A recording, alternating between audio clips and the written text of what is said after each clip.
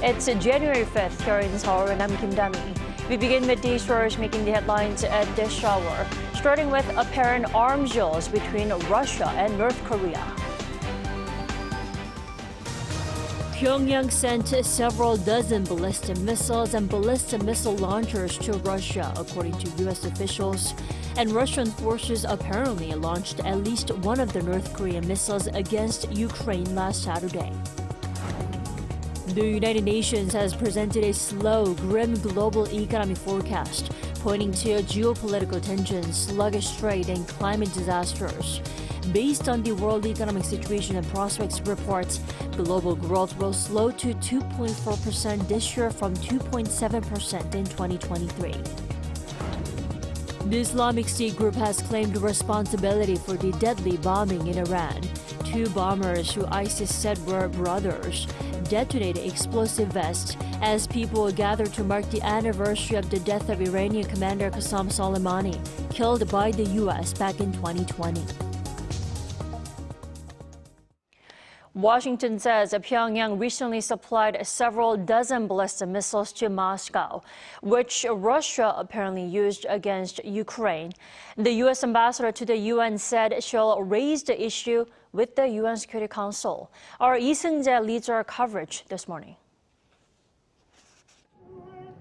According to a U.S. official, North Korea recently provided Russia with several dozen ballistic missiles, as well as ballistic missile launchers, as Moscow looks to restock its weapons stockpiles amid its prolonged war in Ukraine. Speaking to Seoul-based Yoon news agency on Thursday, the official said the arms exchange between the two comes as Russia has become increasingly isolated on the global stage and has been forced to look to like-minded states for military assistance due to sanctions and export controls. U.S. National Security Council Coordinator John Kirby confirmed the missile shipments, saying that Russian forces launched at least one of the North Korean missiles into Ukraine last Saturday and several more on Tuesday. Kirby added that the North Korean missiles sent have a range of 900 kilometers, adding that the shipment of missiles is a significant and concerning escalation in Pyongyang's support for Moscow. Washington assesses that the North is seeking military assistance from Russia in return for missile support, including fighter aircraft, surface-to-surface missiles, armored vehicles, and other advanced technologies. The comments from Washington come as the Wall Street Journal, citing U.S. government officials, also reported on Thursday that Russia had recently been receiving short-range ballistic missiles from North Korea. However, the report also indicated that Moscow plans to purchase short-range ballistic missiles from Tehran. It added that the North had begun shipping various weapons to Russia, while shipments of ballistic missiles had been sent for the first time. Meanwhile, U.S. Ambassador to the United Nations Linda Thomas-Greenfield said Thursday that Washington will formally raise the issue at the UN Security Council. The envoy stressed that both North Korea and Russia violated UNSC sanctions, which stipulate an arms embargo on Pyongyang.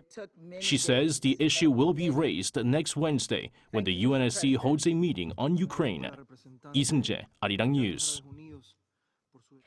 South Korea has decided to close down its affiliated organization that's been in charge of the now shuttered Kaesong Industrial Complex. But Seoul also said the move doesn't mean a complete shutdown of the complex. Our Inter-Korean Affairs correspondent Kim Jung-sil with details. It's official. The Kaesong Industrial District Foundation will be shut down. An official at the South Korean Ministry of Unification told reporters the news on Thursday afternoon. The foundation had been in charge of legal procedures for South Korean companies operating in the Kaesong Industrial Complex in North Korea. The announcement comes more than 7 years since the KIC, where North Koreans had worked for South Korean firms, halted all operations back in February 2016 due to heightened military tensions between the two Koreas. The dream of operations restarting was shattered back in 2020 when Pyongyang blew up the Joint Liaison Office in the complex. The South Korean government's decision comes as military tensions rise on the Korean peninsula, with North Korean leader Kim Jong-un calling it two Koreas, saying, quote, "The North-South relation is between two hostile states, not homogeneous ones," during his speech at the Workers' Party Central Committee meeting at the end of last year. The South Korean official added that the ministry will hold talks with South Korean companies that have facilities in the industrial complex within the next 2 weeks to explain how the ministry plans to continue supporting them on behalf of the foundation. We have to understand that the Kaesong Industrial Complex served its purpose back at the time, but that's no longer the case. But we know that where North Korea's true heart was, and that happened to be nuclear development, not economic development. Dr. Go added that it is important to focus on a new dynamic between the two Koreas as times have changed since the KIC was created. 김정실, Arirang News. The UN projects the global economy to slow down in 2024, seeing just a 2.4% growth rate due to economic slowdown in major economies like the US and China. But it estimates that the South Korean economy will see a faster growth than it did last year. Lee Kyung-eun has the details. 2023 saw stronger than expected growth coming out of the COVID-19 pandemic. But the UN projects a slowdown in the new year, forecasting a 2.4% growth rate. That's 0.3 percentage points lower than its previous estimate. The forecast comes on high interest rates, regional conflicts, sluggish international trade, and climate disasters, prompting the UN Secretary General to call for big, bold investments to put the global economy on a stronger growth path for all. Major economies will be among the hardest hit. Like the U.S., the world's largest economy, whose growth is expected to drop to 1.4% this year from 2.5% last year. China is also projected to see a modest slowdown, with its growth estimated at 4.7%, while Europe and Japan are forecast to see 1.2% growth. However, the UN estimates the South Korean economy will grow in line with the global pace at 2.4%. There will be a major improvement from the 1.4% growth rate in 2023, which was hit by weak private spending. Despite high borrowing costs, the report points to a rebound in investment, which will lead to a higher growth in the new year.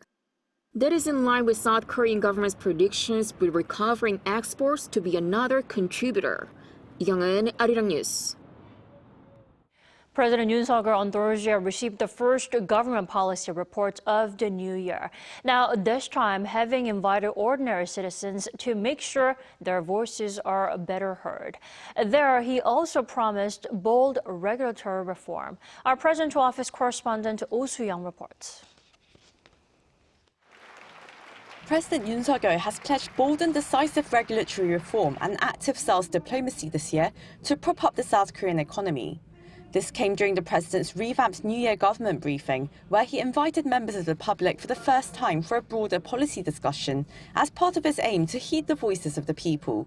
Comprising of small business owners, homemakers and young people, along with government officials and experts, the first session on Thursday focused on small and medium-sized enterprises, emphasizing the need to reduce the burden of high interest rates on households, protect individual investors, and improve access to finance for small business owners. The South Korean leader said the government this year will continue to stabilize people's livelihoods and enable dynamic business activities through its regulatory reform drive. Yoon also promised consistent support for cutting-edge industries, as well as active diplomacy abroad to capture new export markets that will lead to Korean jobs. 수출 7천억 불, 외국인 투자 350억 불, 해외 수주 570억 불을 목표로 해서 국민들께서 직접 체감하고 손에 잡히는 그런 성과를 내도록 하겠습니다. During the session, Finance Minister Choi Sang-mok presented the government's plans to stabilize price levels and livelihoods across the country. These include regulatory reforms to boost business activities, an $8.4 billion fund to stabilize the prices of energy, agriculture and marine products, and support packages to encourage home purchases, investment and tourism in underpopulated regions of the country. Meanwhile, among the 130 members of the public attending in person and virtually, participants expressed the need to cushion the impact of high inflation and interest rates. Bringing public discourse into the centre of policymaking, Yoon said the government must go beyond the stage of reviewing the situation to moving to resolve the issues raised by the people. 부처 칸막이를 전부 없애고 국민들이 관심 가질 수 있는 과제별, 주제별로 전국 곳곳의 민생 현장을 찾아서 국민 여러분들과 함께 토론하는 자리로서 또 함께 고민하는 자리로서 또 함께 해법을 결정하는 자리로 이렇게 만들어 가겠습니다. The series of discussion-style briefings consists of 10 sessions on socio-economic issues spanning housing, jobs, public safety, transport, medical reform, low birth rates and energy policies. The second session on housing is scheduled for next Wednesday and will be held in an area under redevelopment plans. Oh Soo-young, Arirang News.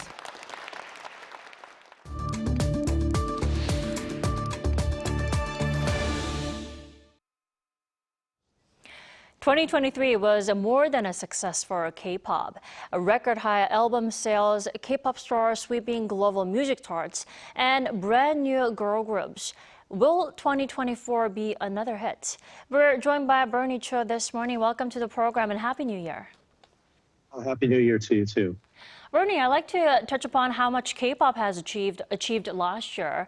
Now, South Korea's album exports from January to November last year came to over $267 million. That's a record high. What's behind these massive sales?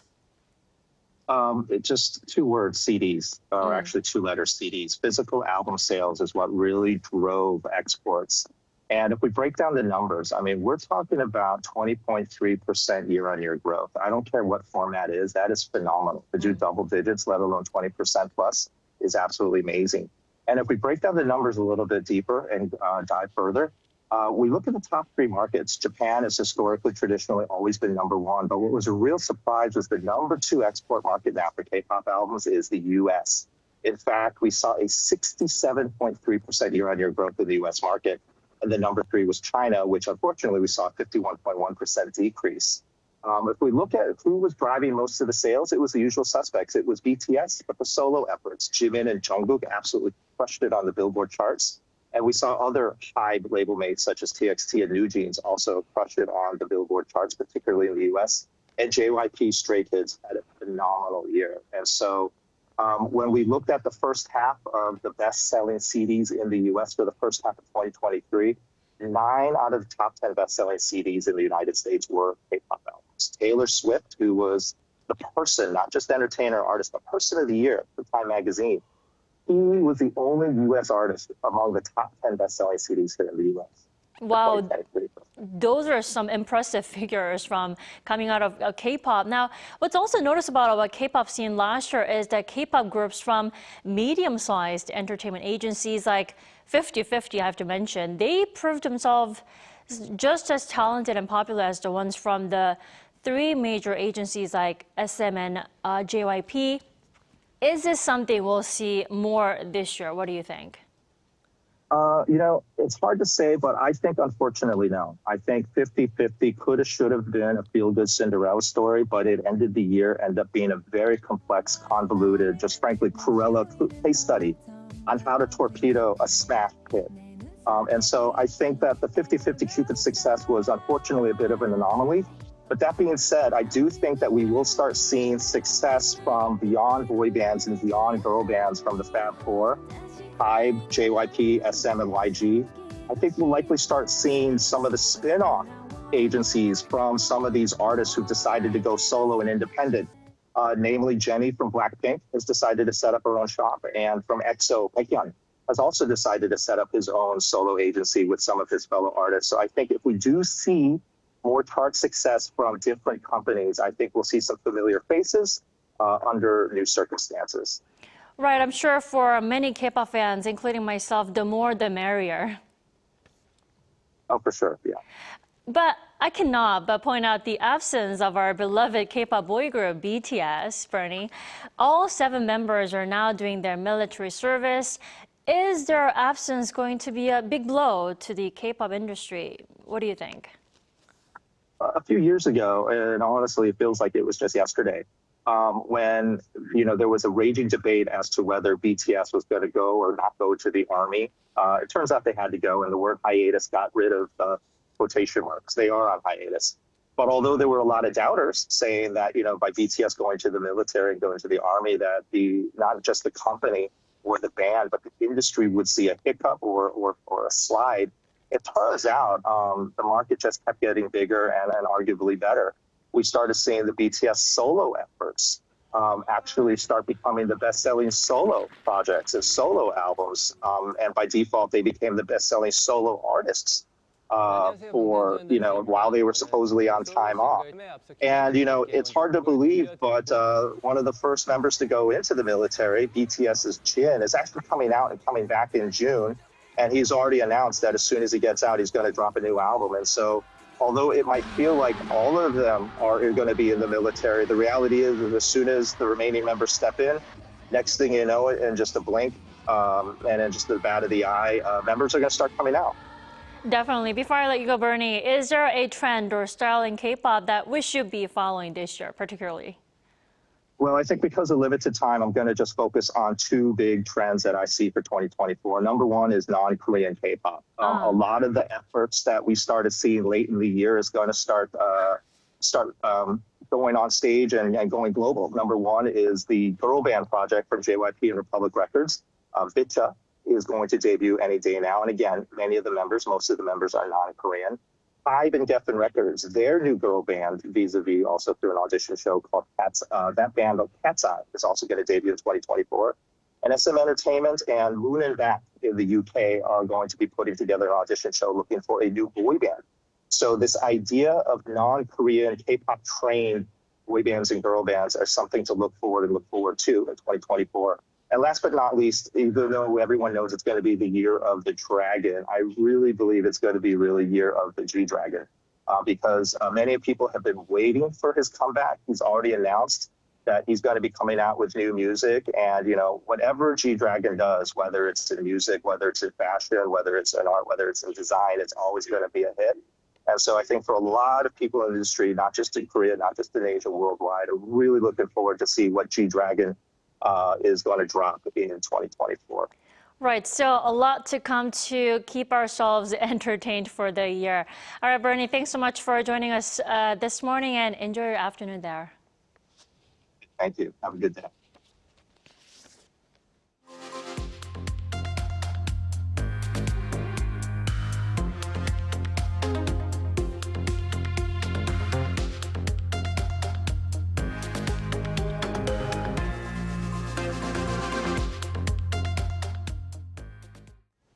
Over in Iran, the Islamic State claims it's behind the bombing in Iran that killed at least 84 people at a memorial service on Wednesday. Our Choi Soo-hyung with the latest.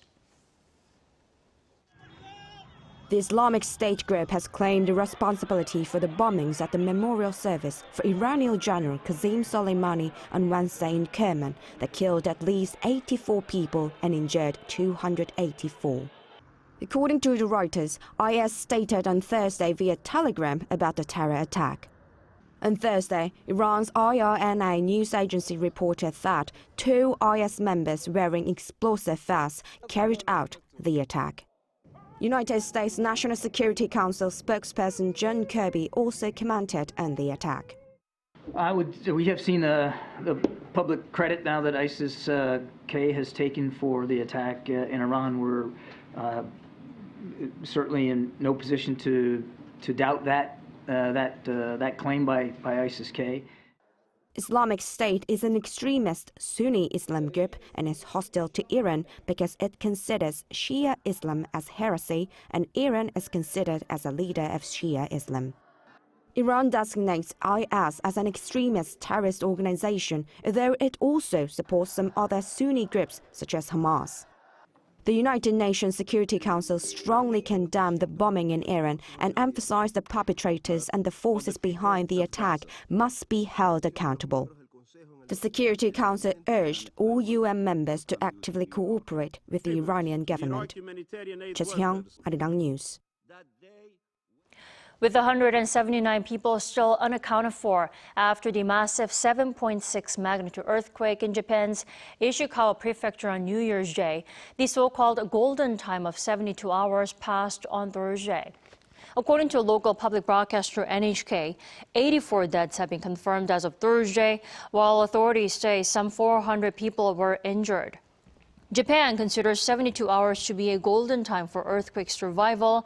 That's based on the experience of the 1995 Great Hanshin earthquake, where victims rescued 72 hours after the earthquake has significantly lower survival rates due to health issues such as dehydration and hypothermia.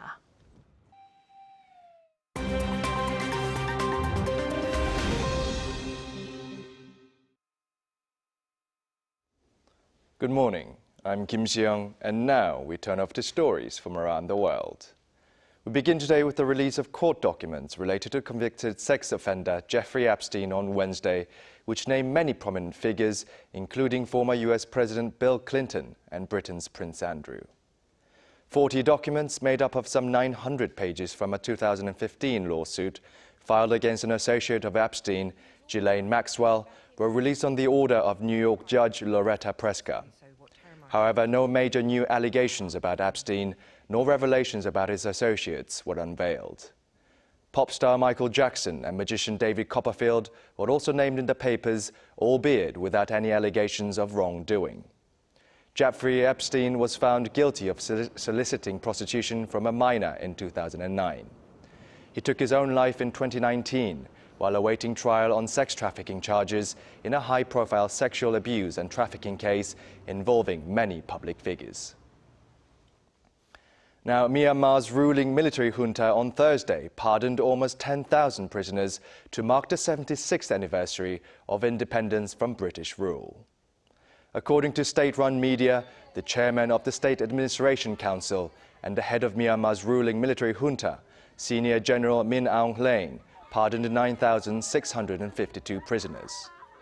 He also granted amnesty to 114 imprisoned foreigners who will be deported.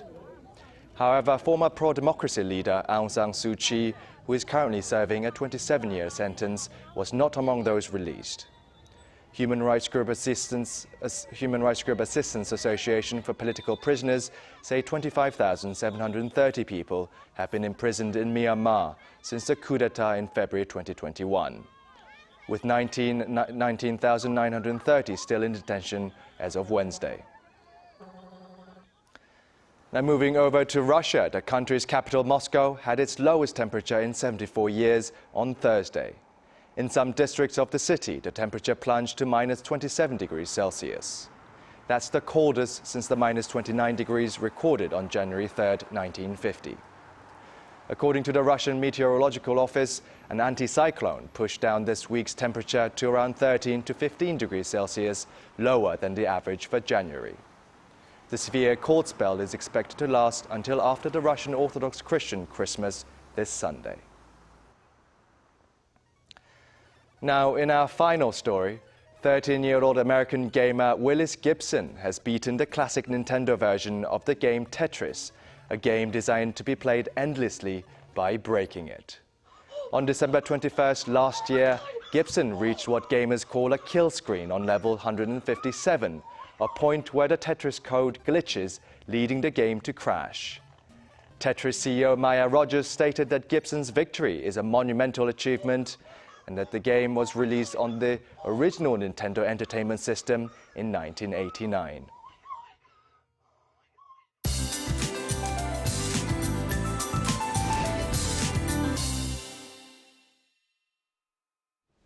Good morning. Comfortable winter temperatures continue today, with figures staying above the season norms. Then there will be a freezing weekend just in time for Sohan. In seasonal calendar, things get much colder around this time. Next Monday morning, the commute will be a bone-chilling one with an expected low of minus 9 degrees Celsius here in Seoul. I don't know if it's just me, but I started to believe the weather affects the mood. We haven't had sunshine for more than a week in the capital area with dust coverage. Today looks to be no different with higher dust levels in most places. There will be a light mix of rain and snow in the east of Gyeonggi-do and west of Gangwon-do today, so please drive carefully out there. Afternoon highs will be 1 to 5 degrees higher than Thursday. Seoul topping out at 8 degrees Celsius. Daegu, Gwangju see a high of 11 degrees. Now the cold snap that's on its way will only last through next Monday. Temperatures will jump right back to above norms after that. That's Korea for you, and here's a look at the international weather conditions.